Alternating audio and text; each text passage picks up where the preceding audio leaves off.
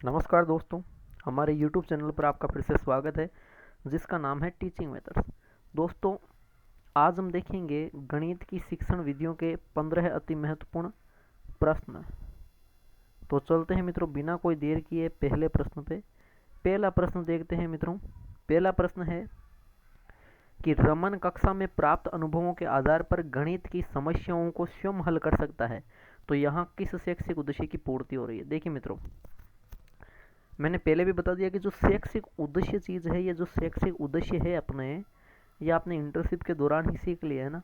तो शैक्षिक उद्देश्य से संबंधित किसी भी विषय में, अपने रीड सीटेट में जो भी विषय चलता है, जैसे कि साइकोलॉजी में भी इससे संबंधित कोई प्रश्न आ सकता है ना। हिंदी की जो टीचिंग मेथड्स हैं उनमें भी आ सकता है, संस्कृत की टीचिंग मेथड्स होगी उनमें भी आ सकता है, मैथ्स की टीचिंग मेथड, सामाजिक पर्यावरण की टीचिंग मेथड, किसी भी विषय में शिक्षण विधियों में शैक्षिक उद्देश्य से संबंधित प्रश्न पूछे जा सकते हैं। ठीक है, क्योंकि सब में कॉमन है ना। तो देखिए, यहाँ पूछ रहे हैं कि रमन ने क्या किया है, कक्षा में पहले प्राप्त अनुभव है, यानी पहली चीज तो ये हो गई कि कक्षा में उसको प्राप्त है अनुभव ना। उन्हीं के आधार पर लिखा है, उन्हीं के आधार पर वो गणित की समस्याओं को हल कर रहा है। ये दूसरी चीज हो गई, गणित की समस्याओं को खुद हल करता है। यानी पहली चीज उन्होंने सीख ली, उसी के आधार पर वो गणित की समस्याओं को हल कर रहा है। तो ये किस शैक्षिक उद्देश्य की पूर्ति हो। तो देखिए, अभिवर्ती तो होती किसी चीज के प्रति सोच, या जिसे कहूँ नजरिया या दृष्टिकोण, तो इस विकल्प को हटा दीजिए। रुचि, तो यहाँ पे रुचि की तो कोई बात आ ही नहीं रही है। और ज्ञान, तो सामान्य जो पहचान होती है वो ज्ञान कहलाता है। यहाँ हो जाएगा मित्रों ज्ञानोपयोग, यानी कि एक स्थिति में जो भी आपने सीखा उसी का प्रयोग दूसरी स्थिति में करना, ये ज्ञान का उपयोग। तो यहाँ पे ज्ञान का उपयोग ही तो कहा किया इन्होंने कि प्राप्त अनुभव है वो ज्ञान है उसको, है ना, पहले कक्षा में, उसी के आधार पर गणित की समस्याओं को हल कर रहा है। इसका मतलब पहली परिस्थिति में जो ज्ञान अर्जित किया उसी का दूसरे में उपयोग करता है, ये कहलाता है मित्रों ज्ञानोपयोग। अच्छा प्रश्न है। पहले प्रश्न में मित्रों विकल्प नंबर 3 सही उत्तर है। चलते हैं प्रश्न संख्या 2 के लिए। प्रश्न संख्या 2 देखिए, गणित शिक्षण की निम्न में से कौन सी समस्या छात्रों से संबंधित नहीं है। एक और अच्छा प्रश्न, गणित शिक्षण में कौन सी समस्या है जो छात्रों से संबंधित नहीं है, पूछा है, नहीं है। यानी कि 3 समस्या इन 4 विकल्प में से छात्रों से संबंधित होगी, एक समस्या छात्रों से संबंधित नहीं है। तो देखिए, गणित की कह रहे हैं ना मित्रों, गणित शिक्षण की। तो देखिए, गणित में रुचि का भाव बिल्कुल सही है, ये तो छात्रों से संबंधित है। और ये किन से है, जो कमजोर बालक है मित्रों, जो कमजोर छात्र है उनसे संबंधित है ना। कमजोर छात्रों से संबंधित है मित्रों, कि गणित में रुचि लेना ना। भाई वो कमजोर है तो उनको गणित में रुचि नहीं आएगी, तो ये तो क्या है, छात्रों से संबंधित है। फिर है गणित के सूत्र व, ये ठीक है, सूत्र व नियम याद नहीं कर पाना, ये भी क्या है, ये भी कमजोर बालकों की, या जो औसत बालक जो भी है उनकी विशेषता है कि गणित में सूत्र व नियम याद नहीं कर पाना, तो ये भी छात्रों से संबंधित विशेषता है। और दोषपूर्ण हस्तलेख, यानी कि हैंड राइटिंग खराब होना, तो ये भी किससे है, छात्रों से। तो विकल्प 1, 2, 3, ये तीनों किससे हैं, ये तीनों तो छात्रों से संबंधित है। लेकिन चौथा है कि व्यक्तिगत ध्यान न देना, यानी कि हर बालक पर व्यक्तिगत ध्यान न देना, ये शिक्षक से संबंधित समस्या है मित्रों, ये छात्रों से संबंधित समस्या नहीं है। व्यक्तिगत ध्यान ना देना, तो व्यक्तिगत ध्यान कौन नहीं देगा, छात्र नहीं, छात्रों पर व्यक्तिगत ध्यान दे देता है, और कौन नहीं देगा, शिक्षक। तो मित्रों, प्रश्न संख्या जो आपके 2 है वहाँ विकल्प नंबर 4 सही उत्तर होगा। चलते हैं प्रश्न संख्या 3 के लिए। प्रश्न संख्या 3 है, मनोविज्ञान में गणित का प्रयोग केवल संभव ही नहीं वरन अति आवश्यक है, यह परिभाषा किसने दी। अच्छा प्रश्न है और वेरी इंपॉर्टेंट क्वेश्चन है मित्रों। और ये किससे है, परिभाषा से संबंधित।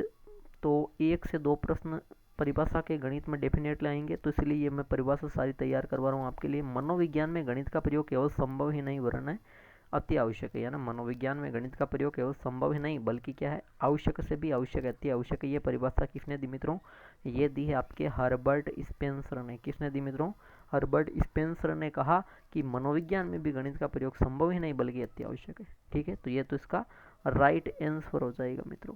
ठीक है, बाकी 3 परिभाषाओं की और बात कर लेते हैं। बर्तलोट ने क्या कहा कि गणित भौतिक अनुसंधान का एक आवश्यक उपकरण है।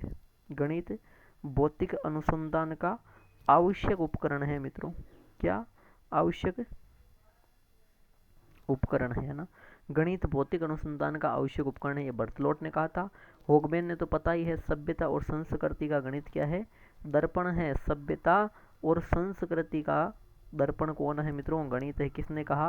होगबेन ने कहा था। और वर्नाडिसा की बात करूं तो वर्नाडिसा ने कहा कि तार्किक चिंतन हेतु, क्या मित्रों?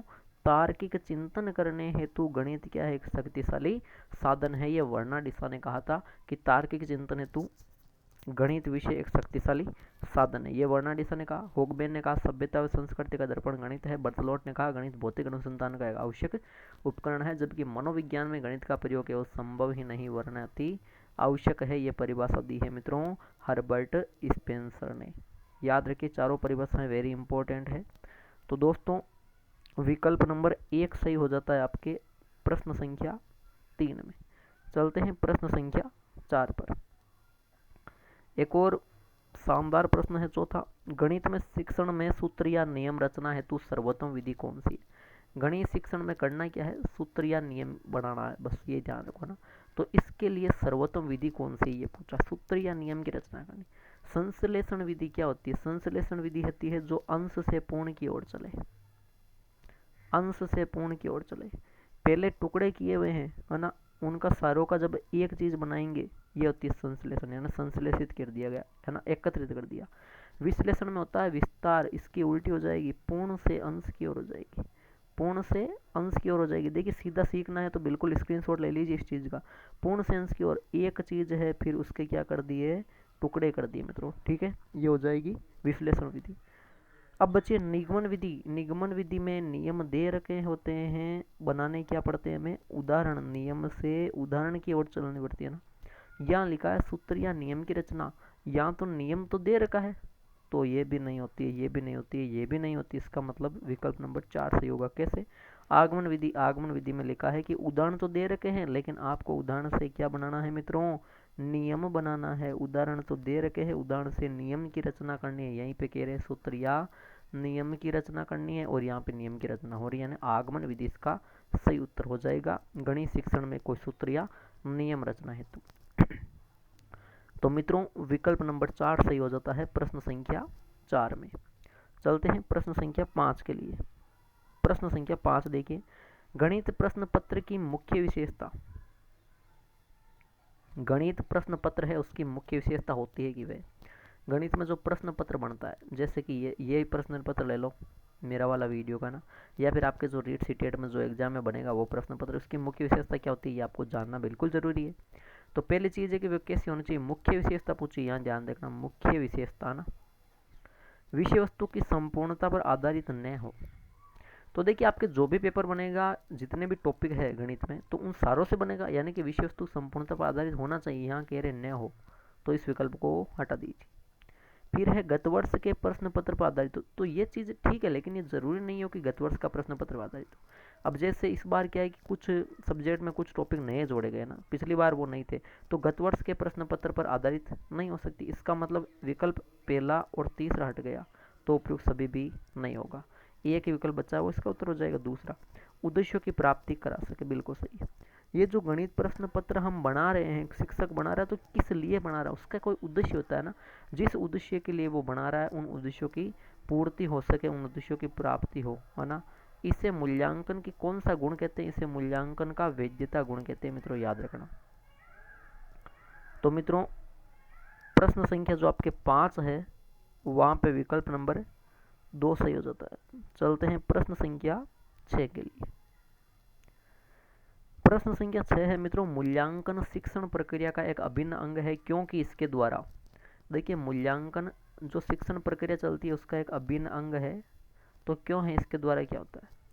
क्या मूल्यांकन करने से बालक अनुशासित रहते हैं? तो बालकों को अनुशासन रहने के लिए शिक्षक मूल्यांकन करेगा? नहीं, शिक्षक स्वयं सही कार्य करता है। तो देखिए मूल्यांकन होता किनका है? मूल्यांकन होता है मित्रों छात्रों का।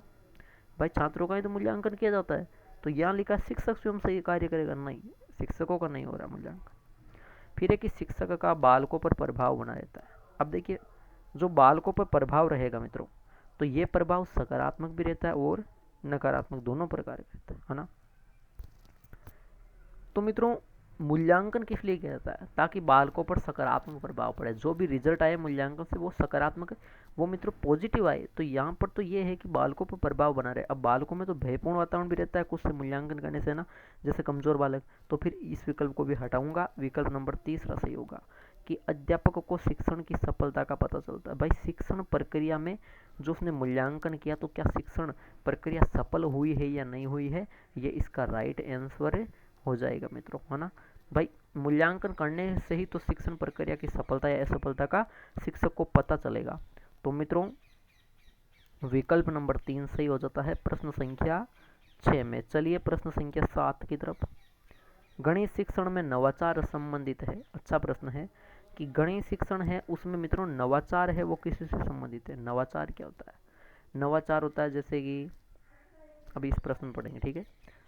वैसे आपको पता है नवाचार मतलब नाम क्या है? नया, नवीन, है ना।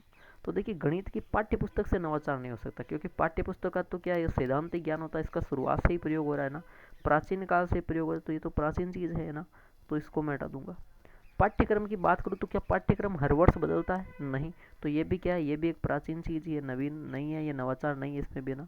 गणित के सूत्र व नियमों में नवाचार कहाँ है? देखो गणित के सूत्र, अब देखिए जो प्राचीन है वहीं के वहीं रहेंगे ना, ये भी क्या है प्राचीन है मित्र, तो यो बेटा कैसे कि जैसे त्रिभुज का जो भी क्षेत्रफल है ना, सूत्र वगैरह है, वर्ग का ले लो, आयत का ले लो, है ना, परिमाप ले लो, क्षेत्रफल ले लो, ये सारी चीज़ें एक बार घोषित हो चुकी है कि ये का यही है ना। ऐसे नहीं कि वो चेंज हो रहा है ना, अभी हाल ही में थोड़ी ना हुआ है त्रिभुज का कोई सूत्र नया नहीं हुआ, तो सूत्र व नियम ये भी पुराने।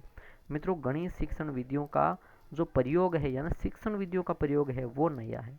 कैसे? जैसे मैं प्राचीन शिक्षण विधियों की बात करूं तो उसमें तो जैसे मेरे व्याख्यान विधि आ जाएगी, पाठ्य पुस्तक विधि आ जाएगी, भाषण विधि आ जाएगी ना, ये क्या हो जाएगी मित्रों, ये तो प्राचीन हो जाएगी। लेकिन नवीन विधियों में भी बहुत सारी विधियां है ना।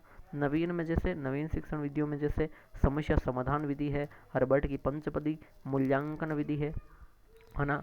इसके अलावा अभिक्रमित अनुदेशन अधिगम, ये सारी चीज़ें दल शिक्षण विधि, संग्रंथन, कंप्यूटर, ये सारी की चीज़ें नवीन शिक्षण विधियाँ। तो नवीन शिक्षण विधियों का प्रयोग करना, नई तकनीक का प्रयोग करना, ये नवाचार होता है किसी भी विषय में मित्रों। तो प्रश्न संख्या जो आपके 7 है दोस्तों, वह विकल्प नंबर 4 सही उत्तर है। चलते हैं प्रश्न संख्या 8 पर कि गणित की प्रकृति के बारे में असत्य कथन कौन सा? अच्छा प्रश्न है, वेरी इंपॉर्टेंट क्वेश्चन है मित्रों, वेरी वेरी इंपॉर्टेंट क्वेश्चन है ये। गणित की प्रकृति आपने पढ़ी होगी, नहीं पढ़ी तो जरूर पढ़ना है। इसके बारे में असत्य कथन कौन सा है, गलत कथन कौन सा है? गणित विषय तार्किक व बौद्धिक है। तो देखिए गणित तर्कशास्त्र से उत्पन्न हुआ, ऐसा एक लेबिनिट्ज नाम का गणितज्ञ था। लेबिनिट्ज, उसने कहा था ना कि गणित तो तर्कशास्त्र से ही उत्पन्न हुआ, तो इसका मतलब गणित में तार्किक है बिल्कुल, जो भी गणित में परिणाम आते हैं वो एक तर्क से आते हैं, सही है। और बौद्धिक तो है ही, क्योंकि गणित में समस्याओं का समाधान होता है, वो हम अपनी बुद्धि या मस्तिष्क का प्रयोग करते हैं, तो ये कथन तो सही है। तर्कशास्त्र गणित का प्रजनक नहीं है, ये कथन गलत है, नहीं आ गया यहाँ पे। तो हमने अभी क्या कहा कि लेबिनिट्ज ने कहा कि गणित तर्कशास्त्र से उत्पन्न हुआ, या ना तर्कशास्त्र गणित का प्रजनक है, तर्कशास्त्र ने ही गणित को उत्पन्न किया है, तो ये कथन यहाँ पे गलत हो जाता है, नहीं आना चाहिए ना। तीसरा है गणित का आधार ज्ञानेंद्रिय, ये वेरी इंपॉर्टेंट फैक्ट है, वेरी इंपॉर्टेंट क्वेश्चन है मित्रों ना, कि गणित का आधार ज्ञानेंद्रिय सही है ना। अगर ऑप्शन में कुछ और आ जाए तो वो मत करना, गणित का आधार ज्ञानेंद्रिय है ना। आप जब मित्रों गणित शिक्षण की प्रकृति पढ़ोगे तो वह बाकायदा दे रखा है कि गणित ज्ञानेंद्रियों के प्रयोग से सीखा जाता है, और गणित की अपनी भाषा है, बिल्कुल सही कथन है ना। गणित की अपनी भाषा है, गणित में अपने प्रत्यय, अपने सूत्र, अपने नियम, अपने सिद्धांत, है ना, अपने पद, ये सारी चीज़ें होती है, तो अपनी अलग ही गणित की भाषा है, ये कथन भी सही है। तो दोस्तों विकल्प नंबर 2 राइट आंसर है प्रश्न संख्या 8वें में। चलते हैं प्रश्न संख्या 9, देखिए क्या है कि गणित विषय में बालक करके सीखते हैं या अपने अनुभव से सीखते हैं, ये कथन गणित के किस मूल्य को दर्शाता है? मूल्य का प्रश्न आया है ना, और आएगा 100%, वेरी इंपॉर्टेंट क्वेश्चन है मित्रों। गणित में बालक करके सीखता है, एक तो करके सीखा है, दूसरा अपने अनुभव से सीखा है। आपने पढ़ा होगा मनोविज्ञान, एक मनोविज्ञान आपने पढ़ा होगा, साइकोलॉजी बहुत पढ़ा आपने, उसमें क्या कहा गया कि बाल केंद्रित, मतलब बाल केंद्रित होनी चाहिए शिक्षा, वर्तमान में बाल केंद्रित है। मनोविज्ञान ने, मनोवैज्ञानिक गुण है कि बालक हमेशा करके सीखेगा, और करके सीखेगा या फिर अपने अनुभव से सीखेगा, इन दो चीज़ों से सीखेगा ना, करके सीखेगा या अनुभव से सीखेगा, क्योंकि इससे प्रत्यक्ष स्थायी ज्ञान अर्जित होता है ना। तो ये कौन सा मूल्य होगा? सीधी सी बात है, ये ऑप्शन में मनोवैज्ञानिक मूल्य आर का ये इसका उत्तर हो जाएगा मित्रों। ठीक है, क्योंकि करके सीखता है या अपने अनुभव से बालक गणित में सीखता है तो वो मनोवैज्ञानिक मूल्य को दर्शाता है। सांस्कृतिक मूल्य यानी कि जो संस्कृति का ज्ञान करवाता है, सभ्यता का ज्ञान करवाता है ना। होगबे ने कहा गणित सभ्यता व संस्कृति का दर्पण है, तो संस्कृति और सभ्यता के बारे में जब गणित अवगत कराता है हमें, वो सांस्कृतिक मूल्य हो जाता है ना। सौंदर्यात्मक मूल्य में गणित की जो प्रशंसा होती है, गणित में जो चीज़ें आ रही है उनकी प्रशंसा करना है ना, गणित सुंदर है, गणित सत्य, ऐसी चीज़ें निहारना कहना, ये सौंदर्यात्मक मूल्य है। तो उपयुक्त सभी तो होना नहीं है ना। तो मित्रों आपके प्रश्न संख्या जो 8वां है, सॉरी प्रश्न संख्या 9 है मित्रों, वहां पे विकल्प नंबर 3 सही उत्तर है। चलते हैं प्रश्न संख्या 10 में। प्रश्न संख्या 10 है मित्रों, एनसीएफ 2005 के अनुसार प्राथमिक स्तर पर संख्याओं, संक्रियाओं एवं मात्राओं आदि का शिक्षण क्या है? एनसीएफ 2005 ने बताया मित्रों कि जो प्राथमिक स्तर है यहाँ पे संख्याएं हैं, संक्रियाएं हैं और मात्राएं हैं, इनका शिक्षण क्या होता है? क्या गणित शिक्षण के संकीर्ण उद्देश्यों को पूरा करता है? संकीर्ण क्या था? छोटा। तो गणित का छोटा ही उद्देश्य नहीं, गणित में तो संख्याओं का, संक्रियाएं यानी जोड़ बाकी गुणा भाग, और मात्राएं होती है दिशा, मापन, ये सारी चीज आती है। तो संकीर्ण नहीं, गणित का तो विस्तीर्ण उद्देश्य है। संकीर्ण नहीं, गणित का विस्तीर्ण उद्देश्य विस्तारित है, तो ये विकल्प हटेगा। एनसीएफ 2005 ने ऐसा नहीं कहा। गणित शिक्षण के उच्च उद्देश्य, तो देखिए यहाँ ये कोई उच्च उद्देश्य भी नहीं है, एनसीएफ 2005 ने उच्च उद्देश्य नहीं बताया।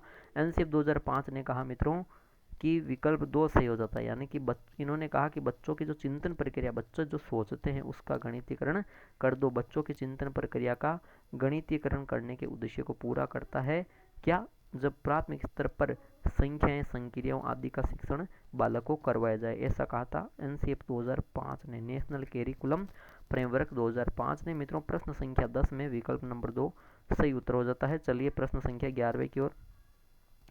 अच्छा प्रश्न आ रखा है और कभी कभार ऐसे प्रश्न भी बिल्कुल देखने को मिलते हैं। ये देखिए परीक्षा की दृष्टि से ऐसे ही प्रश्न बनाए ना, अलग अलग टाइप के ना।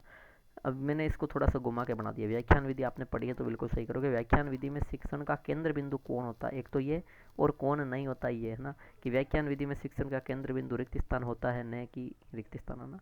तो वेरी इंपॉर्टेंट क्वेश्चन बनाया है मैंने ये। तो देखिए व्याख्यान विधि में मित्रों क्या था, शिक्षण का केंद्र बिंदु कौन होगा? अध्यापक होगा। और कौन नहीं होगा? छात्र नहीं होगा। ठीक है, छात्र नहीं होगा, यानी कि इस विकल्प को हटा दो, इसको भी हटा दो, इसको भी हटा दो। ठीक है, ये विकल्प सही हो जाएगा। यानी कि शिक्षण का केंद्र बिंदु कौन हो जाएगा मित्रों? अध्यापक हो जाएगा। ठीक है, यहाँ पे आ जाएगा टीचर और यहाँ पे आ जाएगा स्टूडेंट। इसका शिक्षण के केंद्र बिंदु नहीं होता। क्यों? क्योंकि व्याख्यान विधि में लंबे लंबे व्याख्यान और भाषण कौन देता है? शिक्षक।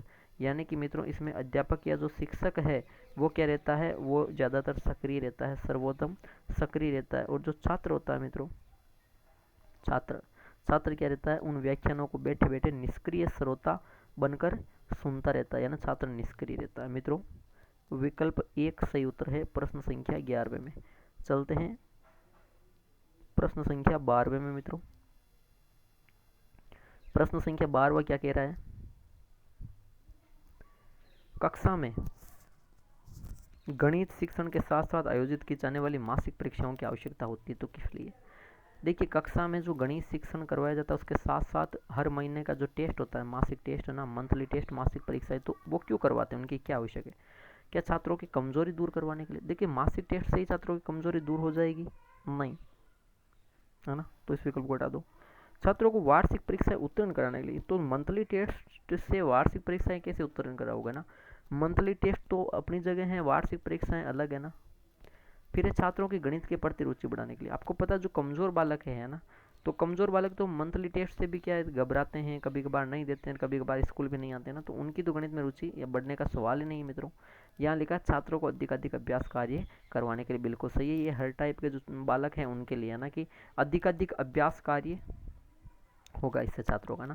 छात्र इससे हर महीने, मतलब कहते हैं ना कि बार बार अभ्यास करो, तो क्या है कि बार बार टेस्ट लिए जाएंगे, जितने भी टेस्ट लिए उनमें प्रश्न अलग अलग आएंगे, तो उन प्रश्नों का अभ्यास हो जाएगा। फिर उनमें से वही प्रश्न ना अर्धवार्षिक या वार्षिक में पूछा जाएगा, यानी कि फिर उनको आवश्यकता ये हो जाएगी गणित के साथ साथ मासिक परीक्षाओं की। क्यों? क्योंकि उनका अभ्यास कार्य अच्छी तरह हो जाएगा मित्रों। तो दोस्तों प्रश्न संख्या 12 में विकल्प नंबर 4 सही उत्तर है। आगे चलते हैं प्रश्न संख्या 13वें में। प्रश्न संख्या 13वां है, छात्र विद्यालय में जो कुछ सीखता है उसकी जांच हेतु जो परीक्षा आयोजित की जाती है वो कहलाती है।